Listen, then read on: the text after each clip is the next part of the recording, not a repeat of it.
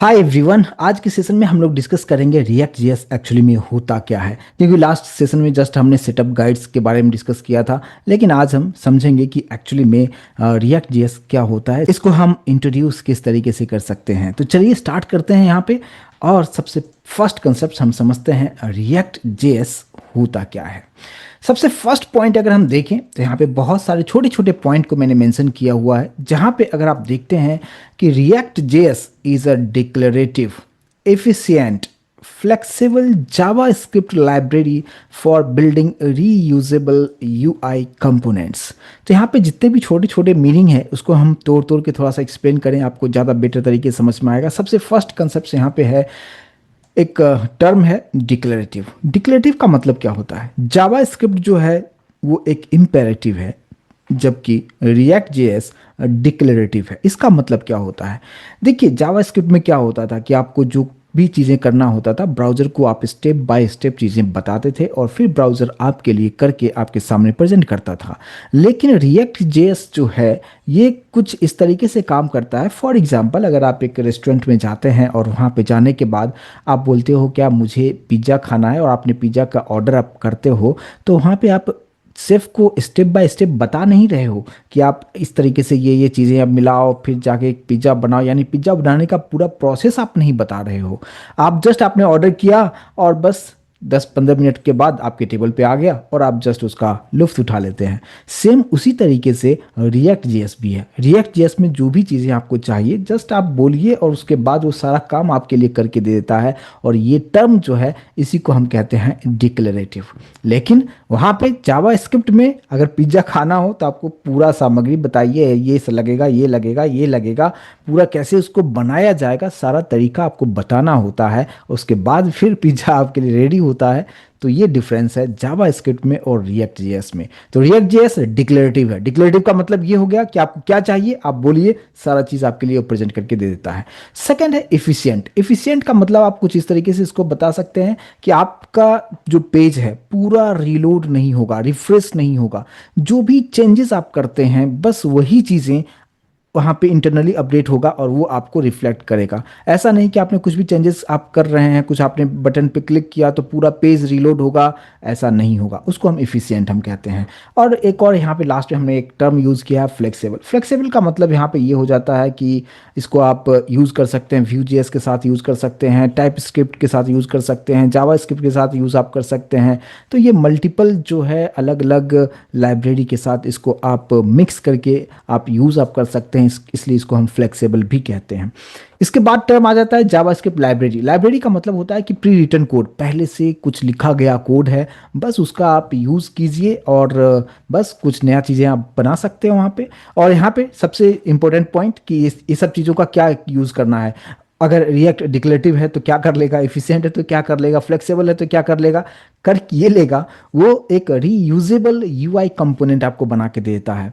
अब क्या कंपोनेंट होता है थोड़ी देर में डिस्कस करेंगे, बट अभी फिलहाल इतना आप समझिए कि अगर आपने HTML CSS जावास्क्रिप्ट आप पढ़ के आए हैं तो इसे एक आप पेज आप बना रहे हो, एक सपोज आप एक बटन बनाए हो, तो बटन को बनाने के लिए सेपरेट पेज अगर आप यूज़ कर रहे हो तो आप उसी को बोलते हो ये एक बटन के लिए कंपोनेंट है। और उसको जब चाहें किसी भी पेज पे हम उसका यूज़ करना चाहें फिर से उसको लिख सकते हैं, वापस हम उसका यूज़ हम कर सकते हैं।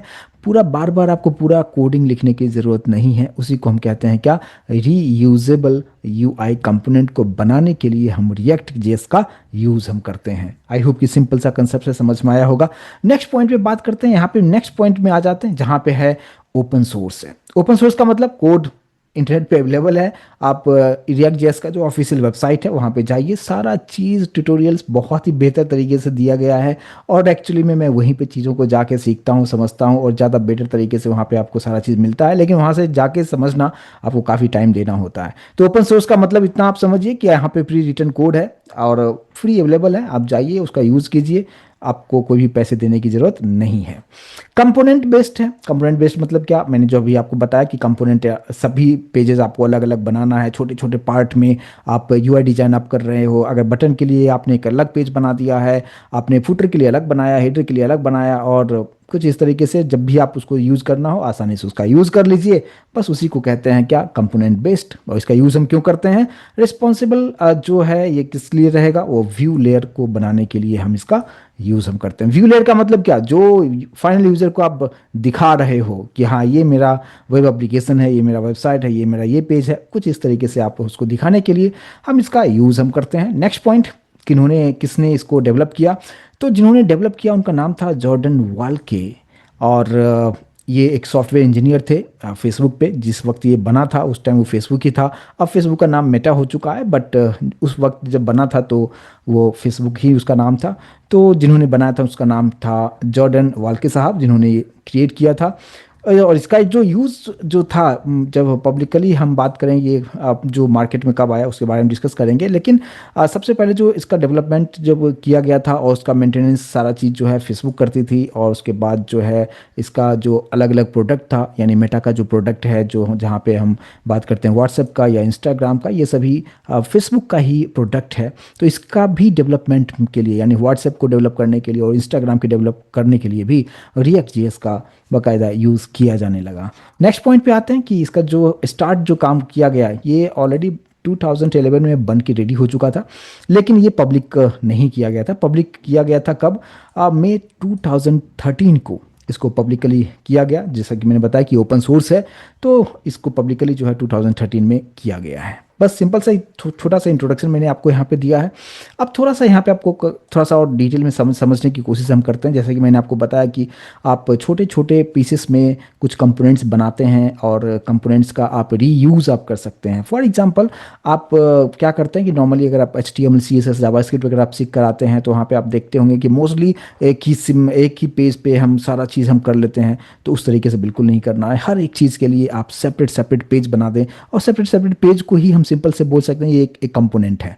तो जैसे कि हम यहाँ पे करते हैं क्या, वी क्रिएट स्मॉल पीसेस, यानी छोटे छोटे टुकड़ों में आप प्रोजेक्ट को बनाइए।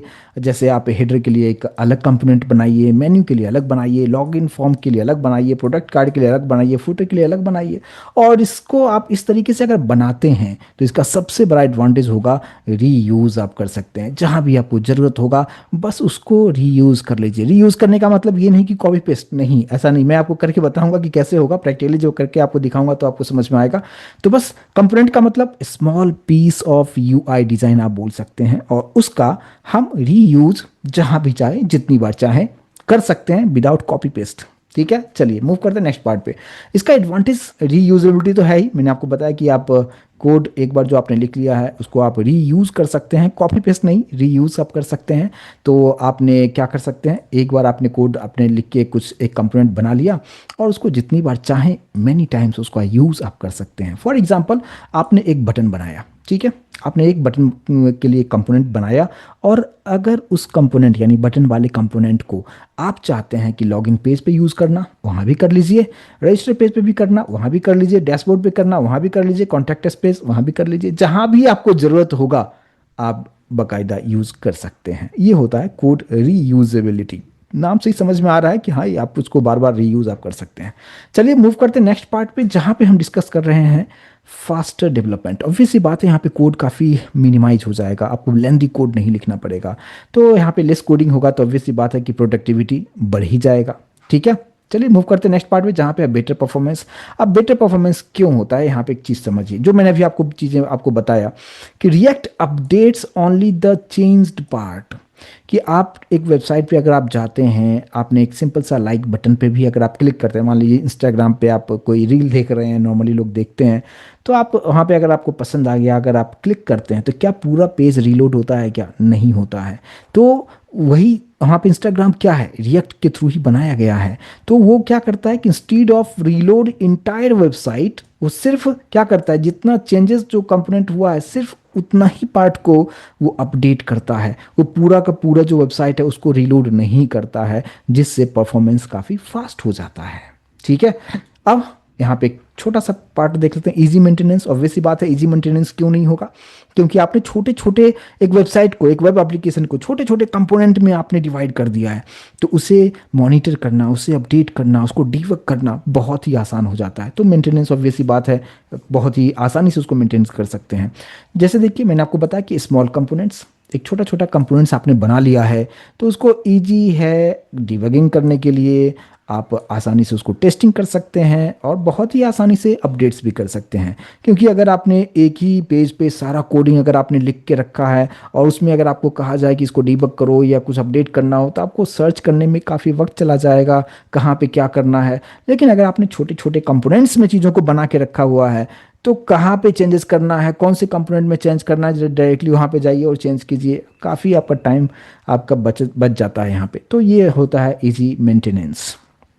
यहाँ पे एक पॉइंट और समझ लेते हैं कि कंपोनेंट से जो बार बार मैं बोल रहा हूँ, जो स्मॉल रीयूजेबल यूआई को ही हम क्या कहते हैं, कंपोनेंट हम कहते हैं। यानी small reusable piece of UI. जैसे मैंने आपको बताया कि एक वेब एप्लीकेशन बनाने के लिए लॉगिन फॉर्म है, रजिस्ट्रेशन फॉर्म है, एक बटन आपने बनाया है। अब जो बटन बनाने के लिए जो एक अलग से हमने पेज बना दिया है, एक अलग कंपोनेंट्स बना दिया, एक छोटा सा पार्ट बना दिया, उसी को हम क्या कहेंगे, ये कंपोनेंट्स है। बस सिंपल सा आपको समझना है कैसे कंपोनेंट्स बनेगा, हम आपको बना के भी दिखाएंगे। जैसे फॉर एग्जांपल एक अमेजन का एक एग्जांपल हम ले लेते हैं यहाँ पे, कि जैसे आप यहाँ पे देखिए अमेजन की वेबसाइट वगैरह जाते हैं, देखिए हेडर है, सर्च बार है, और फिर प्रोडक्ट कार्ड हमने यहाँ पे रखा हुआ है, 2 प्रोडक्ट कार्ड है रखा हुआ है, नीचे हमने हेडर रखा हुआ है। हालांकि अमेजन पे बहुत सारी चीज़ें हैं, बट एक छोटा सा एग्जाम्पल के तौर पे समझने की कोशिश कीजिए। तो आप इस तरीके से समझिए कि ये पूरा जो कोडिंग लिखा गया है वो एक पेज में नहीं लिखा गया है। वो हेडर के लिए एक अलग कंपोनेंट्स बना दिया, सर्च बार के लिए अलग बना दिया, प्रोडक्ट के लिए अलग बना दिया, फूटर के लिए अलग बना दिया और सभी को एक साथ कंबाइन कर दिया है। बस यही कहानी होता है। तो यहाँ पे आपसे ये पूछा जा सकता है कि यहाँ पे कितने कंपोनेंट्स हैं, तो आप बताएंगे कि हेडर, एक कंपोनेंट हेडर है, सेकंड सर्च बार हो गया, थर्ड प्रोडक्ट हो गया, और फुटर के लिए 4 हो गया। टोटल 4 कंपोनेंट्स हमने यहाँ पे बनाए हैं। और बस इसी चारों कंपोनेंट्स को एक साथ कैसे रखना है, अगर बार बार इसको यूज़ करना है, बस यही हो गया। कंपोनेंट्स इसी को कहते हैं। बस छोटे छोटे पेजेस बनाओ, उसी को एक छोटे से पेज को हमने कंपोनेंट्स कह दिया, और उस कंपोनेंट्स को जहाँ भी जरूरत होगा उसको आप रीयूज अप कर सकते हैं। सबसे इंपॉर्टेंट पॉइंट यही होता है। मूव करते हैं नेक्स्ट पार्ट पे, कि अगर हम बात करें कि कहाँ कहाँ पे रिएक्ट का यूज़ किया जाता है, ये थोड़ा सा आपको मोटिवेशन देगा कि हाँ सीखना चाहिए या नहीं सीखना चाहिए। तो यहाँ पे many famous companies use react. क्या क्या है, जैसे मेटा तो बनाया ही है, फेसबुक यही था पहले, और इंस्टाग्राम ये भी इसी का पार्ट है। नेटफ्लिक्स पे अगर आप मूवीज़ वेब सीरीज़ वगैरह देखते हैं तो ऑब्वियस सी बात है वो भी जो है रिएक्ट का कंसेप्ट यूज़ करती है। एयर बी है, व्हाट्सएप भी इसी से बना हुआ है, ड्रॉप बॉक्स भी है। तो कुछ कुछ मैंने फेमस कंपनीज़ के बारे में आपको बताया कि ताकि आपको मोटिवेशन लगे कि हाँ ये रिएक्ट सीखना ज़्यादा बेटर होगा, और काफ़ी बेहतर तरीके से इसका यूज़ अभी किया जाता है मार्केट में। मूव करते हैं नेक्स्ट पार्ट पे, व्हाई इज़ रिएक्ट पॉपुलर, क्यों पॉपुलर है। मैंने थोड़ा सा इंट्रोडक्शन दिया, उससे आपको समझ में तो आ गया होगा कि डेवलपर पॉइंट ऑफ व्यू से भी काफ़ी आसान है, और फ्रंट जो फाइनल जो हमारा यूज़र होगा, जो फाइनल यूज़र होगा उसके लिए भी काफ़ी बेनिफिशियल होगा। अब यहाँ अगर आप देखते हैं, सबसे पहले अगर हम बात करें कि as a developer point of view, easy to learn. अभी तो आपने स्टार्ट नहीं किया है तो आपको कैसे फील होगा, बट मैंने थोड़ा सा बहुत सीखा है, तो उसके अकॉर्डिंग मैं बोल सकता हूँ कि यस ये कंपैरेटिवली जो है काफ़ी आसान है सीखना, जो कि मैं भी आपको थोड़ा सा बताऊँगा तो आपको लगेगा कि हाँ ये तो बहुत ईजी है। और अगर हम बात करें दूसरा बात, यहाँ पे कंपोनेंट बेस्ड आर्किटेक्चर है। अभी मैंने आपको बताया कि छोटे छोटे पीसेस में चीज़ों को बनाइए और सबको एक साथ आप रख लीजिए, उसी को हम कहते हैं कंपोनेंट बेस्ड। रीयूजेबल कोड, एक बार कंपोनेंट बनाइए, जहाँ जहाँ जरूरत है उसको रीयूज़ कर लीजिए। उसके बाद हाई परफॉर्मेंस, ऑब्वियस सी बात है, हाई परफॉर्मेंस इसलिए है कि पूरा इंटायर पेज को वो रीलोड नहीं करता है, जहाँ पे चेंजेस है सिर्फ उसी को अपडेट करता है, जिसकी वजह से हाई परफॉर्मेंस होता है। वर्चुअल डॉम भी होता है। नॉर्मल अगर आप जावास्क्रिप्ट में देखते हैं तो वहाँ पे सिर्फ एक ही डॉम होता है, बट उसके अलावा यहाँ पे रिएक्ट के पास एक वर्चुअल डॉम भी होता है। वो क्या करता है कि आप जो भी चेंजेस करते हैं वो कंपैरिजन करता है कि आपका जो ओरिजिनल जो डॉम है उसमें और वर्चुअल डॉम में दोनों में कुछ डिफरेंस हुआ है क्या। जो भी डिफरेंस होगा सिर्फ उसी पार्ट को वो अपडेट करता है। तो वर्चुअल डॉम का कंसेप्ट यहाँ पे कुछ इस तरीके से काम करता है, और इसी की वजह से उसका हाई परफॉर्मेंस भी होता है।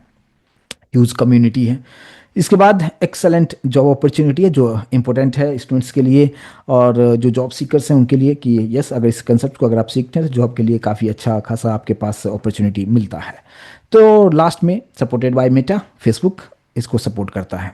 इसके बाद यहाँ पे एप्लीकेशंस, हम कुछ बात करें कि कौन कौन से एप्लीकेशंस बनाने के लिए हम यूज़ करते हैं रिएक्ट का। तो सबसे पहले e commerce for example Amazon है, फ्लिपकार्ट है, मीशो है, बहुत सारे हैं।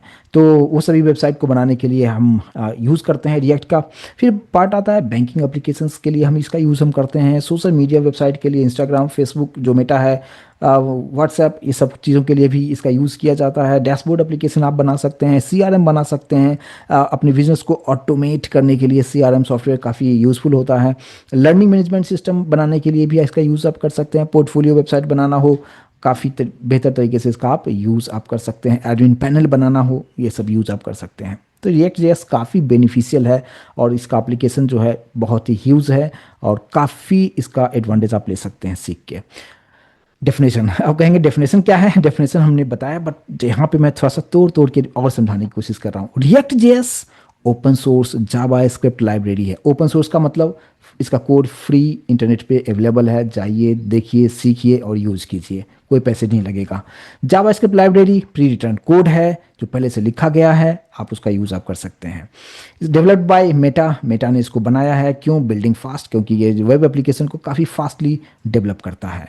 इंटरैक्टिव है। इंटरैक्टिव का मतलब क्या कि जैसे आप कोई भी आप इंस्टाग्राम पे आप जाते हैं या यूट्यूब पे आप जाते हैं, आपने कोई वीडियो देखा, आपको पसंद आया, आपने लाइक बटन पे क्लिक किया, क्या वो पेज पूरा रिफ्रेश होता है, रीलोड होता है क्या? तो आंसर है नहीं होता है। तो इसलिए आप यहाँ पे समझिए कि इसी को हम क्या कहते हैं? इंटरैक्टिव। दूसरी बात, अगर कोई भी आपने वीडियो देखा, कुछ आपने कमेंट किया, जैसे ही कमेंट किया इमीडिएट वो कमेंट वहाँ पे विजिबल होता है और आप उसी को हम क्या कहते हैं? इंटरैक्टिव कहते हैं। फॉर एग्जाम्पल मैं एक छोटा सा चीज़ आपको दिखाना चाहूँगा, इंस्टाग्राम पे आपको लेके चलता हूँ। फॉर एग्जाम्पल अभी आप यहाँ पे देख सकते हैं मेरे फीड में एक आया है, दुनिया में महंगा पर भारत में गिरे सोने के दाम। चलिए ठीक है, जो भी चीज़ें हैं यहाँ पे हैं। अब देखिए जैसे यहाँ पे मैं लाइक बटन पे आप देख सकते हैं, यहाँ पे जो हार्ट बना हुआ है 380 लोगों ने लाइक किया हुआ है। अगर मैं इस पर क्लिक करता हूँ, देखिए यहाँ पे हार्ट यहाँ पे थोड़ा सा रेड भी हो चुका है और 381 इमीडिएट आपको रिफ्लेक्ट करके दिखा रहा है। इसी को कहते हैं इंटरैक्टिव। और क्या हमने इस पर क्लिक किया, जैसे मैं यहाँ पे फिर से क्लिक करता हूँ, 380 हो गया और वो जो रेड हार्ट था वो खत्म हो गया, व्हाइट हार्ट बन चुका है। तो इसी को हम क्या कहते हैं? आपने इमीडिएट जो कुछ भी किया वो इमीडिएट आपको देखने को मिल रहा है, इसी को कहते हैं इंटरैक्टिव। दूसरा एक चीज़ और यहाँ पे समझ सकते हैं, जो मैंने यहाँ पे क्लिक किया, क्या इसने पूरा पेज को रिलोड किया? आंसर है नहीं किया, राइट। तो ये जो है रिएक्ट जेएस से बना हुआ वेबसाइट का ये काफ़ी बेनिफिशियल है, जिसकी वजह से ये इसका परफॉर्मेंस काफ़ी फास्ट होता है, राइट। तो यहाँ पे इंटरेक्टिव, मैं उम्मीद करता हूँ इसको समझ पाए होंगे आपने। इसके बाद कंपोनेंट बेस्ड इंटरफेस, सब कुछ कंपोनेंट तरीके से बनाया जाता है, यानी कंपोनेंट बना के ही सारा काम किया जाता है। वर्चुअल डॉम के बारे में मैंने अभी आपको बताया कि जैसे मैंने अभी आप लाइक बटन पे हमने क्लिक किया तो क्या हुआ, इंटरनली क्या हुआ, आपको जस्ट रिफ्लेक्ट हो गया सारा चीज़ें। क्या पेज रिलोड हुआ? नहीं हुआ। क्यों नहीं हुआ? वर्चुअल डॉम इंटरनली काम कर रहा है। वर्चुअल डॉम क्या कर रहा है कि जो ओरिजिनल डॉम है उसका एक कॉपी वर्चुअल डॉम के पास आता है, आपने जो भी चेंजेस किया वो कंपैरिजन करता है कि ओरिजिनल में क्या था, आपने बाद में जो भी चेंजेस किया वो क्या चेंजेस हुआ। जो चेंजेस उसे दिखेगा सिर्फ उसी पार्ट को वो अपडेट करता है बिकॉज ऑफ वर्चुअल डॉम। तो बस ये हो जाता है वर्चुअल डॉम की कहानी। और इसका मेनली जो यूज़ हम करते हैं सिंगल पेज एप्लीकेशन को बनाने के लिए, बहुत ही ज़्यादा हम यूज़ हम करते हैं रिएक्ट का सिंगल पेज एप्लीकेशन बनाने के लिए। तो कुछ इसका एडवांटेज मैंने आपको बताया। अब थोड़ा सा अगर आपने HTML, CSS और जावास्क्रिप्ट आप सीख के आए हैं तो HTML से आप क्या करते हैं? HTML से हम एक स्ट्रक्चर डिजाइन करते हैं, एक ढांचा तैयार करते हैं। कोई भी एक वेबसाइट बनाने के लिए क्या ढांचा होना चाहिए, क्या स्ट्रक्चर होना चाहिए, उसके लिए हम HTML यूज़ करते हैं। CSS हम क्या करते हैं? CSS से जस्ट हम वेबसाइट को स्टाइलिंग को ऐड करते हैं, या आप बोल सकते हैं उसको ज़्यादा खूबसूरत बना देते हैं, राइट। तो CSS से क्या करते हैं? इसको ब्यूटीफुल बना देते हैं वेबसाइट को। और जावास्क्रिप्ट से हम बिहेवियर कुछ ऐड हम करते हैं कि बटन पे क्लिक किया तो कुछ होना चाहिए, राइट। तो कुछ इस तरीके से उसमें हम जावास्क्रिप्ट के थ्रू उसमें जान तो डाल देते हैं। लेकिन रिएक्ट जेएस क्या करता है? ये ऑर्गेनाइज करता है एवरीथिंग इनटू, सबसे इंपॉर्टेंट, रीयूजेबल कंपोनेंट्स।